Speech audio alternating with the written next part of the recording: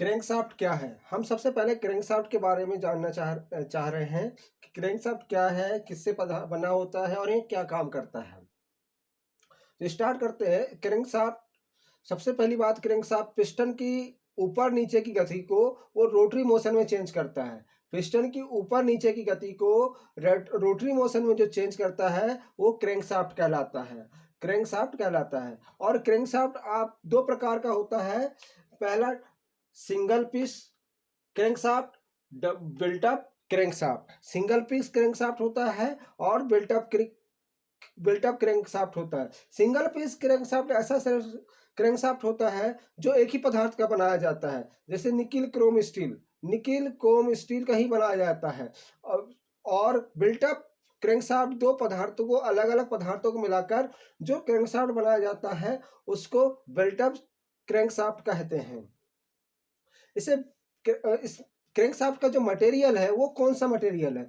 Crankshaft का material nickel steel forge है। मतलब स्टील को फोर्ज करके बनाया जाता है, जिसमें निकिल की मात्रा को मिलाई जाती है और क्रैंकशाफ्ट बन जाता है। अर्थात स्टील को फोर्ज करके बनाना और निकिल की मात्रा को मिलाना क्रैंकशाफ्ट कहलाता है। क्योंकि ये रीढ़ की हड्डी है, इंजन की रीढ़ की हड्डी क्रैंकशाफ्ट है, क्योंकि इस पर सारे लोड आते हैं, सारे वर्क इस पे ही होता है। इसलिए इसको इंजन की रीढ़ की हड्डी भी कहा जाता है। इसलिए इसको स्पेशल पदार्थों से मिलाकर बनाया जाता है, जैसे स्टील को फोर्ज करके बनाया जाता है और निकिल उसमें मिला दिया जाता है। इसको क्रैंकशाफ्ट को बनाने के लिए हम निकिल स्टील फोर्ज का प्रयोग करते हैं। निकिल स्टील फोर्ज अर्थात क्रैंकशाफ्ट में थ्रो लगे हुए होते हैं, और थ्रो जो लगे हुए होते हैं, थ्रो लगे हुए थे वो फायरिंग आर्डर के कोण के अनुसार होते हैं। मतलब फायरिंग आर्डर का कोण थ्रो पर डिपेंड करता है कि थ्रो का कोण कितना है तो फायरिंग ऑर्डर किस प्रकार का होगा। जैसे मान लीजिए 4 सिलेंडर है तो थ्रो का कोण 180 डिग्री होगा। थ्रो का कोण 180 डिग्री होगा, तब जाके 4 सिलेंडर इंजन का फायरिंग ऑर्डर 1-3-4-2 या 1-2-4-3 होगा। अगर यही थ्रो का कोण 120 डिग्री हो जाएगा तो 6 सिलेंडर इंजन होगा और इसका फायरिंग ऑर्डर होगा 153 624 या 142 635, 153 624 या 142 635 635। ये 6 सिलेंडर, और 6 सिलेंडर थ्रो का कोण कितना हो रहा है 120 डिग्री। और यदि 8 सिलेंडर इंजन है तो इस पर डिपेंड करता है कि 8 सिलेंडर इंजन V8 टाइप का है या इनलाइन टाइप का है। अगर V8 टाइप का इंजन है तो ये फायरिंग ऑर्डर इसका 4 सिलेंडर की तरह होगा, अर्थात 1-3-4-2 या 1-2-4-3 होगा। और थ्रो का कोण कितना होगा 180 डिग्री होगा। थ्रो का कोण 180 डिग्री होगा। जबकि अगर इनलाइन इंजन है, इनलाइन इंजन का फायरिंग ऑर्डर है तो थ्रो का कोण 90 डिग्री हो जाएगा। तो आप ये याद रखिए, एग्जाम में पूछा जाता है कि 4 सिलेंडर में जो फायरिंग ऑर्डर है उसमें थ्रो का कोण कितना होगा तो 180 डिग्री होगा।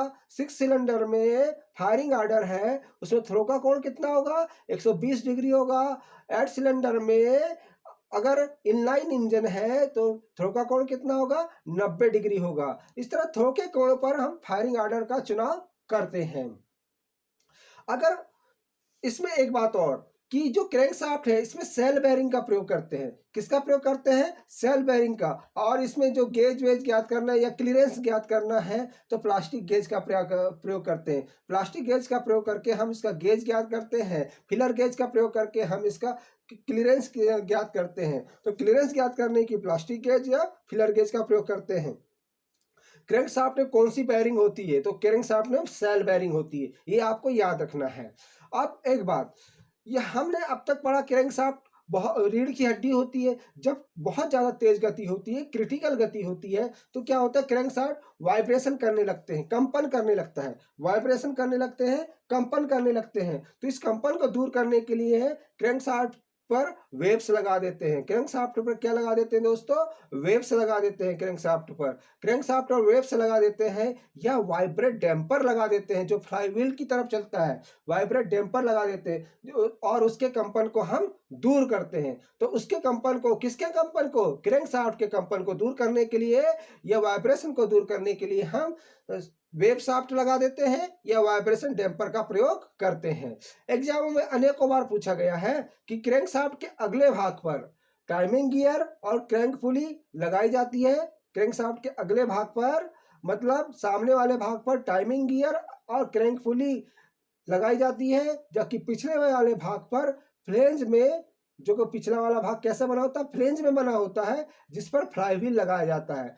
एग्जाम में हजारों बार ये क्वेश्चन आ चुका है कि टाइमिंग गियर कहाँ लगाया जाता है, कैमशाफ्ट पर, क्रैंकशाफ्ट पर। तो क्रैंकशाफ्ट के सामने वाले भाग पर टाइमिंग गियर लगाया जाता है, क्रैंक पुली लगाई जाती है, लेकिन पिछले भाग पर जो कि फ्लेंज जैसे बना होता है, वह नट और बोल्ट की सहायता से हम फ्लाईव्हील को कसते हैं। अब क्रैंकशाफ्ट के पार्ट्स, क्रैंकशाफ्ट के पार्ट्स के बारे में तो सबसे पहले जर्नल पढ़ते हैं, जो कि 2 नंबर पे दिया है हमने। जर्नल क्या है, ये एक प्रकार का ये बेरिंग है जिस पर क्रैंकशाफ्ट टिका रहता है, क्रैंकशाफ्ट टिका रहता है। जर्नल क्या है, एक प्रकार का बेरिंग है जिसमें क्रैंकशाफ्ट टिका रहता है। थ्रो पिन, क्रैंक पिन या कनेक्टिंग रॉड पिन, ये क्रैंकशाफ्ट के बिग एंड, जो बड़ा वाला भाग होता है, जो बड़ा वाला खोखला भाग होता है, जहां पर हम कनेक्टिंग रॉड को फंसाते हैं, उस भाग पर थ्रो पिन या क्रैंक पिन या कनेक्टिंग रॉड पिन होती है। और वेब्स क्या होता है, throw pin, crank pin, connecting rod pin.